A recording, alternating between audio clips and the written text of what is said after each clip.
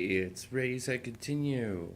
And guess what? It's another segment of Let It Rock. I've been told too much. There is no good music out there. I say bullshit. I look up music all the time. I'm always finding new and interesting bands, stuff that you've never heard before. Um, you know, I really think that you just have to dig. I mean, nowadays, there's just the mainstream doesn't take risks. So, if you want to find something different, you gotta dig for it, unfortunately. It's not like in the 90s and 2000s when you actually had some crazy stuff float through. And you were like, what the heck is this? It's like, oh no, this is kind of cool. I dig this. So, I compiled a little list for you guys, some stuff to check out. It's mainly rock, a little bit of rap on there, some industrial, and even a band from Panama, which is awesome. I can't wait to talk about them. So, mainly these are going to be unheard to you. But two of the bands did get some commercial play, and I'm going to start with them. The most notable one is The Heavy, which has an incredible sound. If you ever played the Borderland games, they did the intro on the first game, which absolutely sets the pace for that whole game. It has this really cool Western type sound to it. But then, in the second one, which is a very well-known song, What Makes a Good Man. It has, much more gospel-type sound. They also hit a big hit with, why does I always forget the name of the other one? How You Like Me Now. Another great song, which absolutely, too many people, check out just the singles, but I'm going to tell you right now the whole catalog, and I did the research for you guys. I'm not going to steer you wrong. Everything is great by this band. They cannot do any wrong. I swear, it's rare to find a band that the whole album is that good. I know that, nowadays it's like pop bands, sorry, pop bands, they're only it's kind of, why even put out really, it should just be singles. It's stupid. So it's getting a little warm in here, so I'm gonna take off my jacket. I'm gonna strip for you guys. No, I'm not. Just the jacket. Anyway, that's another segment. That's a Naked History segment. Anyway, moving on. Another band that got a lot of, or got some commercial play that's on the list is Placebo, which if you checked out, I did a review on the new album, or newest album, it's not really new, Loud Like Love, which I gotta say, since that review, I have been almost non-stop listening to that album, and, I really didn't think I liked it that much when it came out, and now I'm thinking it might be my favorite album of theirs. It's a subtle greatness, but it is a greatness.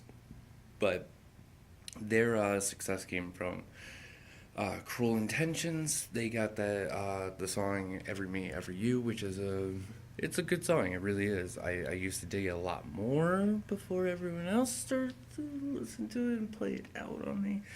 But it's cool because they have such a big library. I got more stuff to listen to. It's cool. Plus, when you see them live, they switch things up a lot.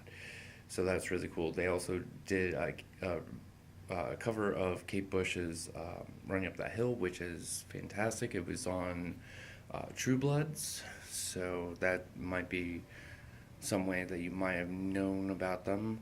Also, the song Pure Morning got a lot of play. It seems like, even though it's not attached to a movie or soundtrack, people seem to know that song from somewhere, which is cool.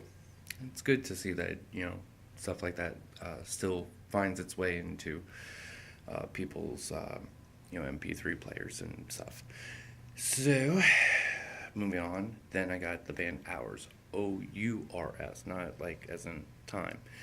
Um, it actually means like our music, which I think is a great idea for the name of the band. But anyway, I swear to God, this guy, Jimmy Ganico, has the best sounding voice in rock and roll.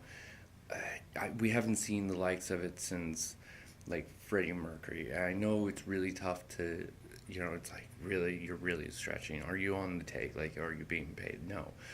First off, Ours does not really like the mainstream. Uh, he also, or for me rather, I work 70 hours a week, 2 jobs. I'm not getting paid by anyone. Do you see the quality of this video? It's on my cell phone. No, I'm not getting paid by someone. Trust me. And I'm just a music lover. I'm trying to spread, the love of music to all of you. And yeah, his range is phenomenal. Just check out from the first album, Fallen Soul, the first track. There's this scream that sends chills down your spine at the end of the song, and it's incredible. Another guy, great. I mean, actually, looking at the list right now, um, almost everyone on this list has like a flawless record, or two, or three, or almost their whole career, which is great. But moving on, Vast, Vast, which the reason why I spelt out or whatever is that it's actually stands for Visual Audio Sensory Theater. Uh, Obviously, Vast is easier to say, but it's really cool. I like that title. He's kind of like artsy-ish. He's a child prodigy musician that grew up and decided he wanted to do something a little different. Admittedly, at the beginning, he kind of had like a little bit of a heavy hand on like a Nine Inch Nail-ish type sound, a much more with much more I don't want to say mainstream, but yeah, and he has like these cool parts with these chanting, and it's absolutely incredible. It's I like the whole catalog that he puts out, but probably that first one, which I think is just called Visual Audio Sensory Theater. And I think yeah, I'm pretty sure. It's been a while since I listened to it. Um, I usually just dig up a song or two and it's like, yeah, I want to listen to that today or whatever. But actually, later on, I might just dive into his catalog again because I love his stuff. He has a great voice. Actually, everyone on this list has a great voice. Uh, Next up is, I'll go with this one, Blue Stahli. Uh, color blue, Stahli, Stahli. I don't know how I found this guy. I have no idea. He's one guy, another one-man band type thing. Um, his music, it's industrial, and you can absolutely hear the influences of industrial. Like all sorts of bands, like KMFDM Ministry, Stabbing Westward. You can even hear some like 80s synth in there. And he's got a great voice once again. And when I say that, you can hear all this, he's not ripping off. You never get the feeling that he's ripping off another person's sound. But at the same time, you can definitely tell he wears his influences on his sleeve, which is cool. It really, really is cool because it gives, like, it's not ripping off, so it's taking what he likes and then bringing it to a slightly new light, giving it kind of fresh eyes, which is incredible. I would definitely recommend, he's like all self-released too. Like Never Going to Dance Again. It's very dancey. It's out of the ordinary for his catalog, but then again, there's a lot of stuff that's out of the ordinary in his catalog. Also, Ultra Numb. That song is freaking fantastic. Uh, who, Ready, Set, Ready, Set, Fire. Ready, Aim, Fire. Sorry. I'm getting confused with my own channel. But yeah, oh god, most of it is instrumental. He tends to release instrumental albums and then later re-release it, but now it's refined and it's got lyrics to it. So I like it because it kind of gives this progression, and he's not afraid to go back and like redo the lyrics or whatever. It's very very great stuff. He has a great standard on top of it, and he has a YouTube channel, Ask Blue Stahli, which is hilarious. It's I mean it's absolutely hysterical. Some of these answers he gives. I keep meaning to like send him questions because I want to kind of like, you know, send him some really, if you dig his stuff, absolutely, like, let's just like send him like the funniest, like see what questions can get the funniest answers, because he is absolutely hysterical. I love this man. Next one is the Limousines. I love the Limousines, I really do. The lead singer is actually from a 90s band called Strata. I don't know, some of you guys might know. He has a very unique voice. I can't remember what their big hit was. I think they were on the Punisher Warzone soundtrack, or I don't know. I think they were on one of the Punisher movie soundtracks. But the Limousines is just two guys. They met up like through the internet. One guy made music, sent the music to the other guy. He would like, you know, sing on top of it, send it back forth, and they actually like basically made the album without ever meeting, which is really cool. It's you know, it just kind of shows the power of technology nowadays, that you can actually, you know, make something great. And let me tell you, that first album, I mean, I'm still trying to get into the new album. Not that it's bad. It's definitely not bad. But it's a tough, I won't lie, it's a tough act to follow, because that first album is so good. There's not a bad song. And every song is just utterly like unforgettable. I mean, it really is. Like, everything is so good. Like, sometimes it's really upbeat, like Video Killed the Radio Star, Very Busy People. There's like a couple of others that are like, you know, and then there's like Get Sharp, which has much more intensity to it. There's some darker stuff on it's, you know, he mixes like darkness but also nostalgia, and yeah, it's really good. If you're a fan of the Postal Service, you are going to like the Limousines. It's just, yeah, you're just going to like it. Just trust me. Go now, check it out, go. Anyway, moving right along, let's talk about, let's go with the Red Paintings. Love the Red Paintings. This is Australian band. If I were to compare them to anyone, kind of a Smashing Pumpkins kind of sound, but with a cello and violin. Very cool stuff. Very art inspired music. When you go to the shows, they have like two painters painting on canvases. Then you got two models up on stage, but then also two artists body painting them while the whole show is going on. Big cool costumes. They're actually crowdfunded. They love their fans, the community. I mean, I'm on their Facebook page, and it's really cool. I got to talk to the lead singer. We were talking about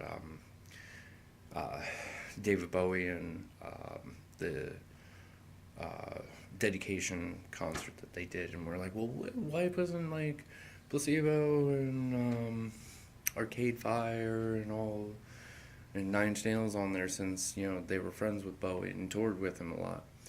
So, it was really cool. Like, if you dig them, absolutely go to Facebook, message them. I'll almost guarantee you at some point they're going to, talk back to you. It's great. They're very, very kind, awesome people. And their music is absolutely incredible. They do a great Nirvana cover of verse, chorus, verse, which I love that song. And then, so we're going to keep cruising.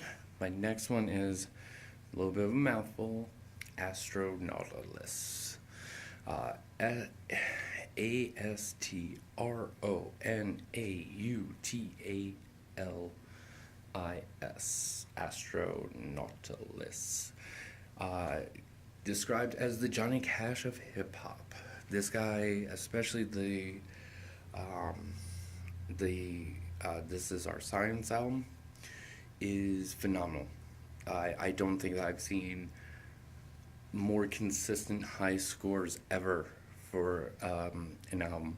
One reviewer actually said that every last sound, every lyric, every vocal recording, everything on the album is so perfectly produced and well placed that you couldn't take a single second away from this album. It's that good, and I agree.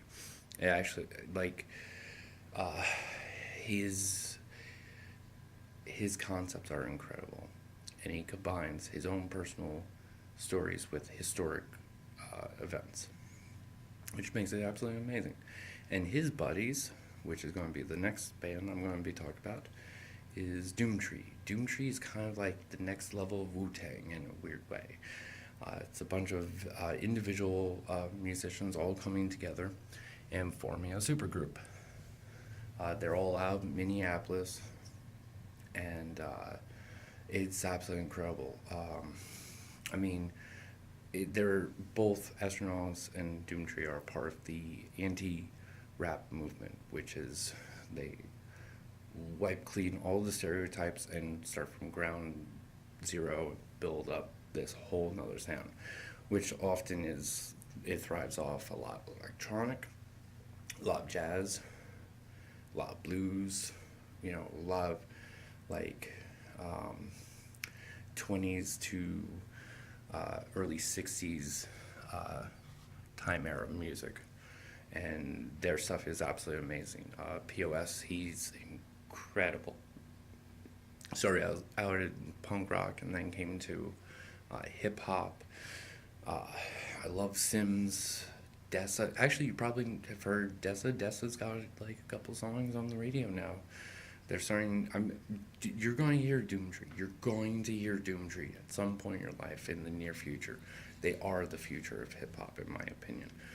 Like people are just going to get tired of this bullshit rap, and they're going to move on, and there's going to be Doomtree being like leading the charge into like this new era of a hip hop rap sound. Trust me, I play Doomtree for people that are into like hip hop. They're like, "Oh, this guy's like really sick," and I'm like, no, you gotta check this out. And I, blast a couple songs, and they're like, Jesus fucking Christ. And they're great with their fans too. Like all these bands are great with their fans. I even met Placebo, and they were amazing. And the next one I'm going to talk about, I don't know how. This is another one I don't know how I found. And I'm so thankful that I found these guys. When you go looking this up, I'm going to tell you you have to be very specific with this. El Negro. There's two El Negros. There is a reggae El Negro, and there's like a much more classic rock type El Negro. You want the classic rock one. Not that the reggae one is bad. It's just they don't have their shit together. Sorry, guys.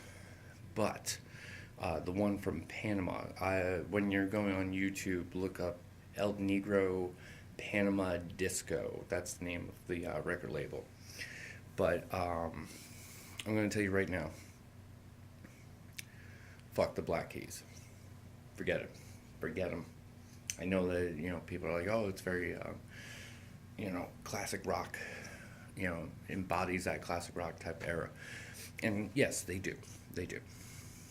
El Negro takes it to another level. It's very inspiring type sound. It's very fresh. It's very, you're going to hear a ton of stuff that you just didn't quite hear. It makes you feel like the 60s just, that classic rock just kept going and going and going and going and progressed.